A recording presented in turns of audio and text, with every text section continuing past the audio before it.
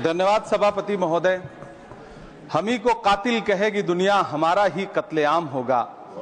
हम ही कुएं खोदते फिरेंगे, हम ही पे पानी हराम होगा। सभापति महोदय, सन 1947 में दिल्ली की जामा मस्जिद की तारीखी सीढ़ियों पर खड़े होकर के भारत रत्न मौलाना अबुल कलाम आजाद साहब ने कहा था कि मुसलमानों कहां जा रहे हो, यह है तुम्हारा मुल्क, यहां तुम्हारे आबाओ अजदाद की कब्रें हैं। उस वक्त मौलाना आजाद की ये सदाएं सुन करके लोगों ने अपने सरों की गठरियां उतार करके रख दी थी। आज उसी दिल्ली में मौजूद देश की संसद में एक बिल आया है जो हमसे उसी जामा मस्जिद की सीढ़ियों के सबूत मांगेगा, जो उन्हीं सीढ़ियों के पास अपनी कब्र में सोए हुए मौलाना आजाद को फिर से कब्र से सदा देनी पड़ेगी कि ये जो कब्र है वो मेरी कब्र है, ये किसी सरकार की जागीर नहीं है। सभापति महोदय, मैं जहां खड़ा हूं इसी संसद भवन के सामने सड़क के उस पार अपनी कब्र में सोए हुए भारत के पूर्व राष्ट्रपति फखरुद्दीन अली अहमद की कब्र है। शायद अब उस कब्र से भी सदाएं आए कि ये कब्र मेरी कब्र है, ये सरकार की जागीर नहीं है। सभापति महोदय, मैं वक्फ कानूनों में किए जा रहे संविधान विरोधी बदलावों के खिलाफ बोलने के लिए खड़ा हुआ हूं। संविधान का आर्टिकल 14 हो, 29 हो, 30 हो, चीख चीख कर कहता है कि देश में सब बराबर के हकदार हैं। आर्टिकल 26 कहता है कि सबको अपने अपने मजहबी कामों के लिए मंदिर, मस्जिद, गिरजाघर, गुरुद्वारों का निर्माण करने का हक है और उसका रखरखाव का भी हक है। लेकिन डॉक्टर बाबा साहब अंबेडकर के संविधान को हर दिन कुचलने वाली ये सरकार देश के मुसलमानों से नफरत में इतनी अंधी हो गई है कि खुलेआम देश की संसद में देश सरकार के माइनॉरिटी मिनिस्टर साहब और होम मिनिस्टर साहब झूठ बोलते हैं और देश को गुमराह करते हैं, झूठ शब्द असत्य बोलते हैं। सरकार ने इस बिल का नाम उम्मीद रखा है। मंत्री जी कल से इसे देश के मुसलमानों के लिए नई उम्मीद बता रहे हैं। नहीं मंत्री जी, न तो ये बिल मुसलमानों के लिए नई उम्मीद है और न ही उम्मीद की नई किरण। सभापति महोदय, भाजपा ने पूरे देश में वक्फ के नाम पर कई सारे झूठ फैलाए हैं। आइए आज उनकी सच्चाई पर बात करते हैं। वक्फ ट्रिब्यूनल को ऐसे बताया जाता है जैसे वक्फ ट्रिब्यूनल कोई मजहबी खाप पंचायत हो। सभापति महोदय, जबकि सच्चाई यह है कि वक्फ ट्रिब्यूनल भी तो सरकारी न्यायिक विभाग है जिसमें सरकार द्वारा नियुक्त जज होते हैं, जिसमें प्रशासनिक अधिकारी होते हैं, कहीं ऊपर से थोड़ी आ गए। सभापति महोदय, देश के गृह मंत्री जी ने इसी सदन में कहा कि वक्फ ट्रिब्यूनल के फैसले के खिलाफ कोई कोर्ट नहीं जा सकता, जबकि सच यह है कि वक्फ एक्ट 1995 की धारा 83(9) के तहत हाई कोर्ट वक्फ ट्रिब्यूनल के फैसले की न सिर्फ समीक्षा कर सकता है बल्कि उसे बदल भी सकता है। सच तो यह है कि वक्फ बोर्ड खुद अपनी जमीनों के लिए कई सारी कोर्ट में मुकदमे लड़ रहा है। सभापति महोदय, दिल्ली की जिन 123 संपत्तियों को लेकर कल माइनॉरिटी मिनिस्टर, होम मिनिस्टर साहब और अभी आदरणीय नेता सदन बात कर रहे थे, आइए उनकी सच्चाइयों पे भी बात करते हैं।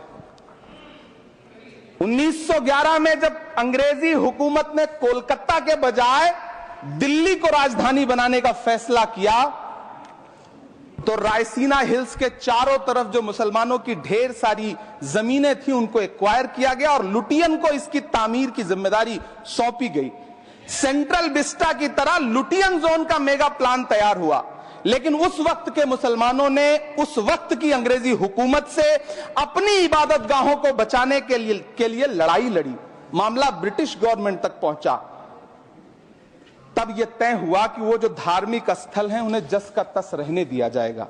इंडिया गेट के बगल वाली मस्जिद हो, जाप्तागंज, सुनहरी बाग मस्जिद हो, पार्लियामेंट रोड वाली मस्जिद हो, ऐसी 123 संपत्तियों के मैनेजमेंट के लिए 1913 में मुसलमान वक्फ वैलिडेशन एक्ट बना और उसके बाद एक नया शहर बसाया गया जिसे लुटियंस जोन का नाम दिया गया। फिर 1943-45 के बीच एक और समझौता हुआ। आजादी से पहले उसके तहत काफी सारी वक्फ जायदादों को सुन्नी मजलिस औकाफ बनाकर उसके अंडर किया गया ताकि उसकी देखरेख की जा सके। गृह मंत्री जी 2 दिन से सदन में जो बात कह रहे हैं वो दरअसल 123 संपत्तियां उसी सुन्नी मजलिस औकाफ के तहत आती। सभापति महोदय, आजाद भारत आजाद हुआ। आजादी के बाद भारत में 1954 में वक्फ एक्ट लागू हुआ, जिसकी धारा 9 के तहत 1964 में केंद्रीय वक्फ काउंसिल का गठन हुआ। दिल्ली की वही 123 प्रॉपर्टीज को 1970 में सर्वे गजट करके गजट नोटिफाई किया गया। इसके निपटारे के लिए पूर्व प्रधानमंत्री इंदिरा जी के द्वारा 1974 में एक बर्नी कमेटी बनाई गई। बर्नी कमेटी ने 1976 में इन 123 संपत्तियों को दिल्ली वक्फ बोर्ड की संपत्ति होने की रिपोर्ट सौंपी। उस रिपोर्ट के आधार पर 1984 में कांग्रेस सरकार ने उन 123 प्रॉपर्टीज को दिल्ली वक्फ बोर्ड को सौंपने का फैसला किया, जिसके खिलाफ विश्व हिंदू परिषद कोर्ट गई। मामला 2011 तक पेंडिंग रहा। फिर 2011 में कोर्ट ने सरकार को आदेशित किया कि इसका निपटारा करो।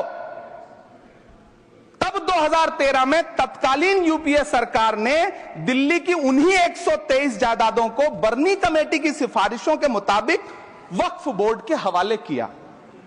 यही वो प्रॉपर्टीज हैं जिनके नाम से गृह मंत्री जी कल से कांग्रेस को कोस रहे हैं।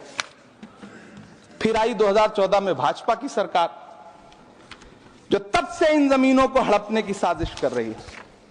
जिस बिल को मुसलमानों के हुकूक की हिफाजत करने वाला बिल बताया जा रहा है, उसी को पेश करने के लिए और उस पर बात करने के लिए लोकसभा में भाजपा सरकार के पास एक भी मुस्लिम सांसद नहीं है। जिस वक्त, मैं लोकसभा कह रहा हूं, सुना करिए, जिस वक्फ बिल को मुस्लिम महिलाओं को हक दिलाने वाला बताया जा रहा है, उसे संसद में पेश करने वाली पार्टी के पास न तो राज्यसभा में, न लोकसभा में, न देश की किसी विधानसभा में एक भी मुस्लिम महिला सदस्य नहीं।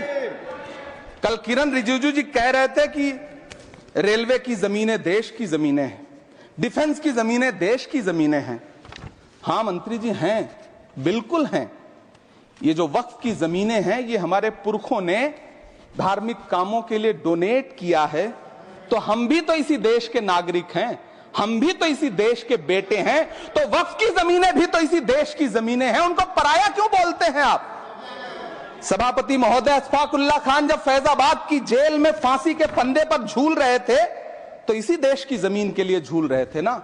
सभापति महोदय, अंडमान की जेल में काला पानी की सजा काटकर अपनी जान देने वाले मौलाना फजले हक खैराबादी हो या शेर खान अफरीदी हो, वो भी तो इसी जमीन के लिए अपनी जान दे रहे थे ना। सभापति महोदय, पाकिस्तान के खिलाफ लड़ते हुए अपनी जान देने वाले महावीर चक्र विजेता ब्रिगेडियर उस्मान हो या पाकिस्तान के पैटर्न टैंक उड़ाने वाला परमवीर चक्र विजेता वीर अब्दुल हमीद हो, वो भी तो इसी जमीन के लिए अपनी जान दे रहा था ना। और मंत्री जी, मैं इस सदन में अलल ऐलान ये कहता हूं कि जब भी इस देश की जमीन को लहू की जरूरत होगी, आपसे 2 कदम आगे इमरान खड़ा मिलेगा। ये मैं आपसे यकीन दिलाते हुए कह रहा हूं। सभापति महोदय, मैं सरकार से कहना चाहता हूं, हमसे हमारी इबादत गाहें तो मत छीनिए ना, हमारे घरों पे बुलडोजर तो मत चलाइए ना, हमारी कब्रों में तो हमें सुकून से सोने दीजिए ना। सभापति महोदय, माइनॉरिटी मिनिस्ट्री का बजट कट करके, मुस्लिम बच्चों की स्कॉलरशिप बंद करके अब सरकार कह रही है कि हम वक्फ की आमदनी से गरीब मुसलमानों का भला करेंगे। गुजरात की बेटी बिल्किस के बलात्कारियों की रिहाई के बाद उन्हें माला पहनाने वाली लोगों के नेता ये कह रहे हैं कि यह बिल मुस्लिम महिलाओं को उनका हक दिलाएगा। धन्यवाद मोदी जी, क्या बढ़िया सौगातें मोदी दे रहे हैं आप। पहले हमें गुजराते मोदी दिया, आप सौगाते मोदी दे रहे हैं। लेकिन यह सरकार इतना याद रखे कि इसी ठसक के साथ देश की संसद में सीए का कानून भी लाया गया था और कहा गया था बड़े बड़े भाषण देकर के कि पड़ोसी देशों से हिंदू भाइयों को ला करके यहां नागरिकता दी जाएगी। लेकिन मैं आपके संज्ञान में लाता हूं सर कि पिछले इतने दिनों में इनसे नागरिकता लेने के लिए 2000 व्यक्ति भी नहीं आए, जबकि इसके उलट इन्हीं की सरकार में पिछले 10 साल में 15 लाख से ज्यादा भारतीयों ने भारत की नागरिकता छोड़ करके दूसरे देश में जाकर के बस गए। यह हुआ उस कानून का अंजाम। सभापति महोदय, इसी तरह की जिद के साथ किसानों के खिलाफ भी कानून लाए गए थे। जिस तरह आज वक्फ के फायदे गिनाए जा रहे हैं, उसी तरह से किसानों को भी कृषि कानूनों के फायदे गिनाए गए थे। लेकिन अंजाम क्या हुआ? 700 किसानों की शहादत लेने के बाद सरकार को अन्नदाता किसानों के सामने घुटने टेकने पड़े और कृषि कानून वापस लेने पड़े। जिल्ले इलाही, जमहूरियत जो है वो नफरत और ठसक से नहीं चलती है, अकड़ से नहीं चलती है, उसमें सबकी हिस्सेदारी जरूरी है। कल देश के माइनॉरिटी मिनिस्टर ने लोकसभा में खड़े होकर एक शेर सुनाया था कि मुझसे कोई बदगुमान न हो, तो मैं उन्हें एक शेर सुनाना चाहता हूं कि मैं आज जद पे हूं तो इतना खुशगुमान न हो, मैं आज जद पे हूं तो इतना खुशगुमान न हो, चराग सबके बुझेंगे हवा किसी की नहीं। नीतीश कुमार जी हो, चंद्रबाबू नायडू जी हो, चिराग पासवान जी हो, जयंत चौधरी जी हो, देवे गौड़ा जी हो, जीतन राम मांझी जी हो, सबको समझना पड़ेगा कि जब जंगल में आग लगती है तो न वो बरगद बचते हैं जो हवा को आंधी में तब्दील करते हैं, न वो बांस बचते हैं जो आपसी रगड़ से चिंगारी पैदा करते हैं। सभापति महोदय, जब देश को मनमोहन सिंह साहब जैसा काबिल प्रधानमंत्री मिलता है तो देश को आरटीआई जैसा एक्ट मिलता है, सेज जैसा एक्ट मिलता है, मनरेगा जैसा एक्ट मिलता है, लिबरलाइजेशन मिलता है, राइट टू एजुकेशन मिलता है, नेशनल फूड सिक्योरिटी एक्ट मिलता है। लेकिन जब देश को सौगातें मोदी मिलती है तो क्या मिलता है? सीए मिलता है, फॉर्म्स लॉ मिलता है, आर्टिकल 370 मिलता है, इलेक्टोरल बॉन्ड जैसा एक्ट मिलता है और वक्फ अमेंडमेंट एक्ट जैसे बिल देश को मिलते हैं। मुझे तो अपने हमवतन भाइयों से पूछना है कि आपको अपने बच्चों की तरक्की, खुशहाली और नौकरी की दरकार है या फिर मुसलमानों की दान की गई जमीनों को लूट कर धन्ना सेठों को देने की साजिश करने वाले कानून की? सभापति महोदय, यह सरकार रात के 3 बजे तक पूरे देश को जगा करके संसद में अपने ही नागरिकों को नीचा दिखाने के लिए वक्फ बिल ला रही थी, तो उधर रात के 1:30 बजे अमेरिका हम पर 26% टैरिफ लगा रहा था। सरकार की प्राथमिकताएं देश को पता। सभापति महोदय, मैं बहुत भावुक हूं आज, और मुझे अच्छा लगा कि आदरणीय नेता सदन जगत प्रकाश नड्डा जी ने बहुत अच्छी बातें भी की, मन से बातें की। क्योंकि उनके नाम में प्रकाश जुड़ा है तो मैं उनमें हमेशा एक रोशनी की किरण देखता हूं। मैं उनके सामने बहुत अदब से ये बात कहना चाहता हूं कि चरागों के सफर में दबदबा हो आंधियों का तो फिर अंजाम जुल्मत के सिवा कुछ भी नहीं होगा। ये दुनिया नफरतों के आखिरी स्टेज पर है, इलाज इसका मोहब्बत के सिवा कुछ भी नहीं होगा। मैं भावुक हूं, मेरी पलकें गीली हैं।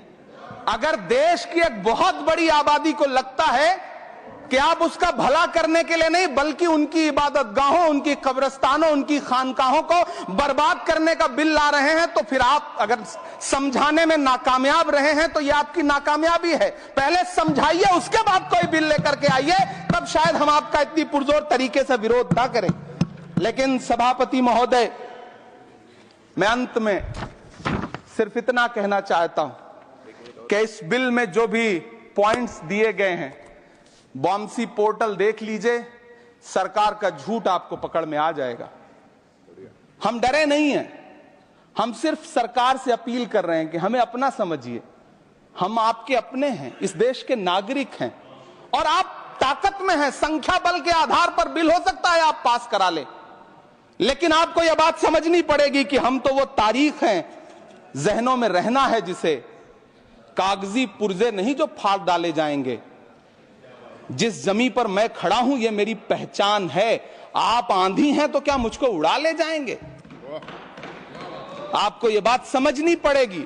आपको अगर इतना विपक्ष की तरफ से पहले जेपीसी में इतने सारे पॉइंट्स आए और उसके बाद कल से लोकसभा में और राज्यसभा में सुझाव आप सुनने को तैयार नहीं है, लोगों की शंका को दूर करने के बारे में आप बिल्कुल सोच नहीं रहे, बस आप कह रहे हैं यह बिल उम्मीद की नई किरण है। नहीं साहब, इसे भले किरण जी लेके आए हैं, लेकिन ये उम्मीद की नहीं बल्कि नाउम्मीदी की किरण है। और इस देश की एक बहुत बड़ी आबादी इस बात से खदशे में है, शक में है कि आप सीधे उनकी जमीनों को लूट करके धन्ना सेठों को बेचना चाहते हैं। मेरी अब भी आपसे अपील है कि इस बिल को वापस लीजिए। यह बिल कहीं से आपके अपने नागरिकों के लिए अच्छा नहीं है। यह बिल सिर्फ इस देश के मुसलमानों को नीचा दिखाने का और अपने एक ऐसे मतदाता वर्ग को खुश करने का बिल है जिनको इस बिल के पास हो जाने से कुछ मिलेगा भी नहीं।